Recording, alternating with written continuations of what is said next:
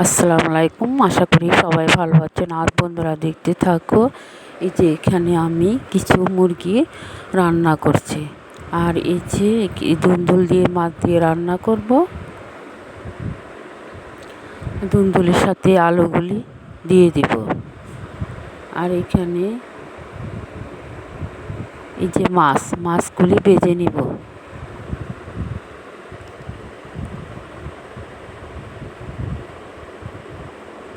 আমার ভিডিওটা আপনাদের কাছে যদি ভালো লাগে থাকে তাহলে একটা সাবস্ক্রাইব, পাশে থাকা বেল বাটনটি বাজিয়ে দেবেন। এই বলে আমি বিদায় নিচ্ছি। আল্লাহ হাফেজ।